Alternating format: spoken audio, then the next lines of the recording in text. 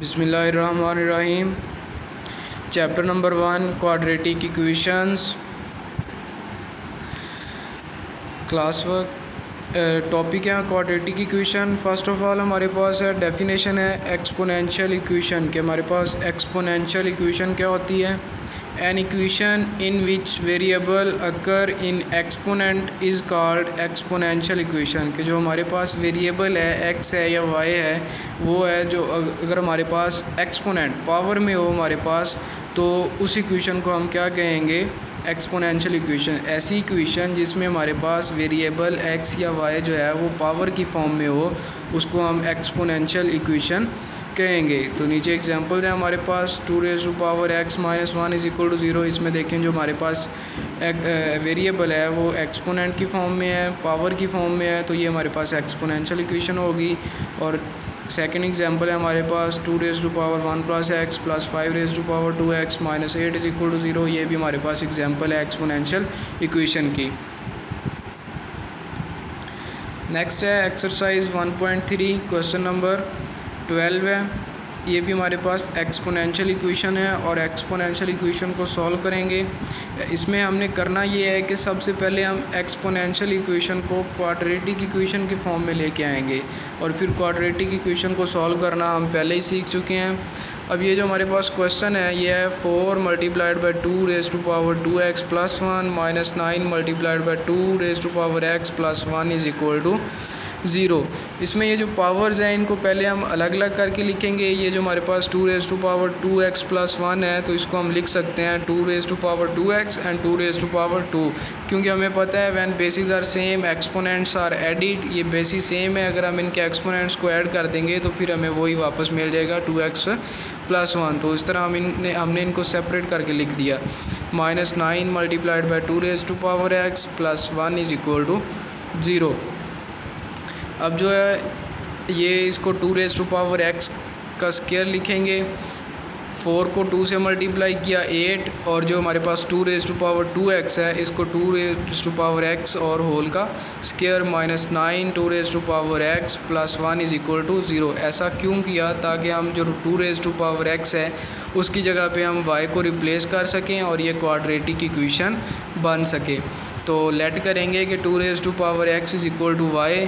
तो ये जो वैल्यू है हम ये इक्वेशन नंबर 1 में पुट करेंगे। The equation 1 becomes 8y²। अब 2x की जगह पे जस्ट y रिप्लेस किया है, 8 एज इट, 2x की जगह पे y और ऊपर स्क्वायर -9 एज इट, 2x की जगह पे y + 1 इज इक्वल टू 0। अब ये हमारे पास क्वाड्रेटिक इक्वेशन बन गई है और हम इस क्वाड्रेटिक इक्वेशन को सॉल्व करेंगे with the help of factorisation.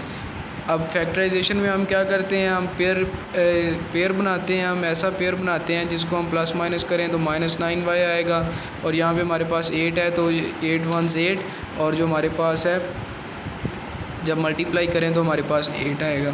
तो ये जो पेयर है 8y² - 8y - 1 पेयर है। अब इनको अगर प्लस करेंगे तो ये -9y आएगा, और अगर हम इनको मल्टीप्लाई करेंगे तो माइनस प्लस और 8 1 8, तो ये प्लस का 8 आ जाएगा हमारे पास। अब ये फैक्टर हमने यहाँ पे इसको प्लेस कर दिया। अब हमने कॉमन लेना है, पहली 2 टर्म में से जो कॉमन आ रहा है और एंड वाली 2 टर्म्स में से। पहली 2 टर्म्स में से हमारे पास 8y कॉमन आ रहा है, रिमेनिंग है हमारे पास y - 1, और एंड वाली 2 टर्म में से -1 कॉमन आ रहा है और रिमेनिंग है हमारे पास y - 1।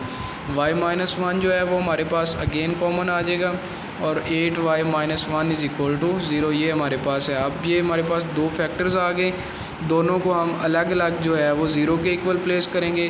First of all y - 1 is equal to 0, -1 है दूसरी तरफ जाके +1 हो जाएगा, और y की एक वैल्यू जो है हमारे पास वो y इज इक्वल टू 1। और जो हमारे पास दूसरा फैक्टर है 8y - 1, इसको भी 0 के इक्वल प्लेस करेंगे, और 8y इज इक्वल टू 1 आ जाएगा, क्योंकि -1 था दूसरी तरफ जाके +1 हो गया, और 8 जो है वो मल्टीप्लाई हो रहा है दूसरी तरफ जाके डिवाइड हो जाएगा, तो y की वैल्यू हमारे पास है 1/8। अब y की 2 वैल्यूज़ आ गई हमारे पास 1 और y की वैल्यू 1/8। अब यहाँ पे जो हमने इक्वेशन नंबर 2 लेट किया था, यहाँ इसमें हम ये पुट करेंगे। अब ये सेकंड वाली इक्वेशन में हम y की वैल्यूज़ को पुट करेंगे ताकि हम x की वैल्यूज़ फाइंड आउट कर सकें। From equation 2 put y is equal to 2। ये जो हमने इक्वेशन नंबर 2 है y is equal to 2⁻2x, इसमें अब हम y की दो वैल्यूज़ जो हमने अभी फाइंड आउट की 1 एंड 1/8, तो इनको हम अलग अलग इसमें पुट करते हैं। पहले हम y की वैल्यू 1 यहाँ पे प्लेस करते हैं, 2x इज़ इक्वल टू 1। अब जो नीचे वाले स्टेप में 2x तो एज इट लिखा हुआ है, लेकिन 1 को उसने 2 लिखा हुआ है। अब 2 क्यों लिखा है? ताकि हम यहाँ से x की वैल्यू कैलकुलेट कर सकें। अब किसी भी चीज़ की पावर 0 लिखने से जो होती है, something raise to power 0 is equal to 1 होता है हमारे पास। तो अब हमने 2 की पावर 0 ही क्यों लिखा? क्योंकि हमारे पास जो लेफ्ट हैंड साइड पे है वो 2x है, और हम बेसिस सेम बनाना चाह रहे हैं ताकि एक्सपोनेंट्स को इक्वल करके हम x की वैल्यू फाइंड आउट कर लें। तो इसीलिए हमने इसको 2 लिखा, और 2 जो है 0 जो होता है वो हमारे पास 1 के इक्वल होता है। अब ये 2x is equal to 2 when basis are same exponents are equal, मतलब जब हमारे पास बेसिस सेम हो और इक्वल हों तो उनके जो एक्सपोनेंट्स हैं वो भी क्या होते हैं, इक्वल होते हैं। तो ये यहाँ से हमारे पास x इज़ इक्वल टू 0 आ गया।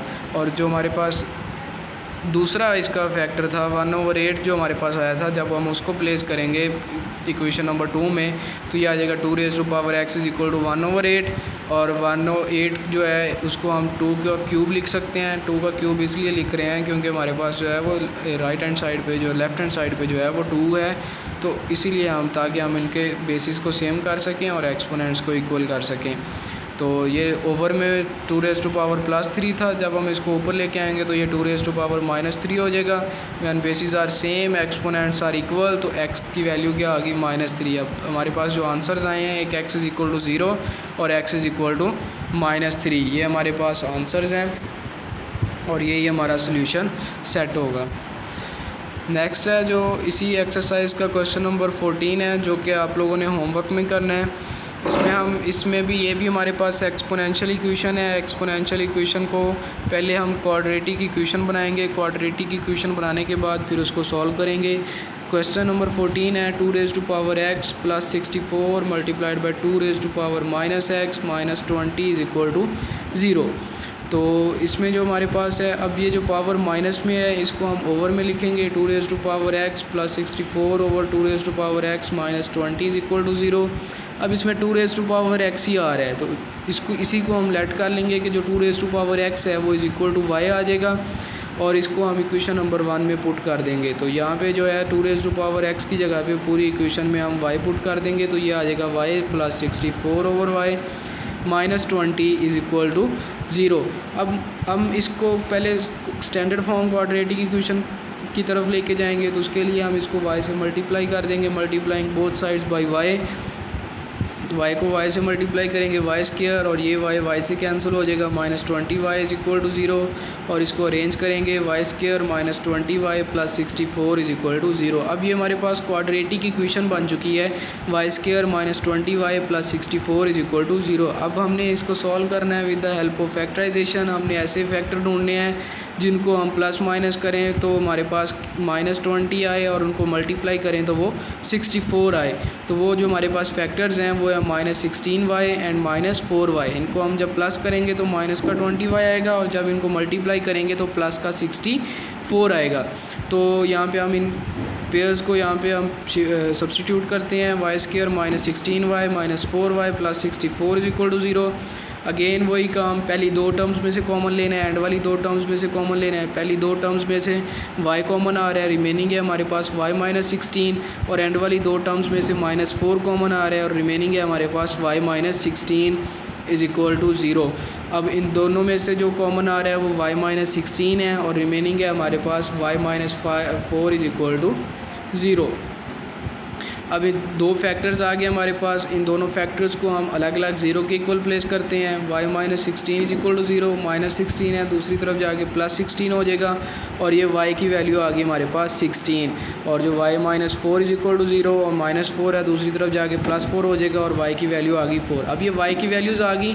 अब जो हमने लेट किया था कि 2x is equal to y हमने पुट किया था लेट करके, उसी में हम y की वैल्यूज़ को सब्स्टिट्यूट करेंगे ताकि हम x की वैल्यूज़ गेट कर सकें। तो इक्वेशन नंबर 2 में हम जो है वो पहले हम y की 16 वैल्यू पुट करते हैं, 2x इज़ इक्वल टू 16।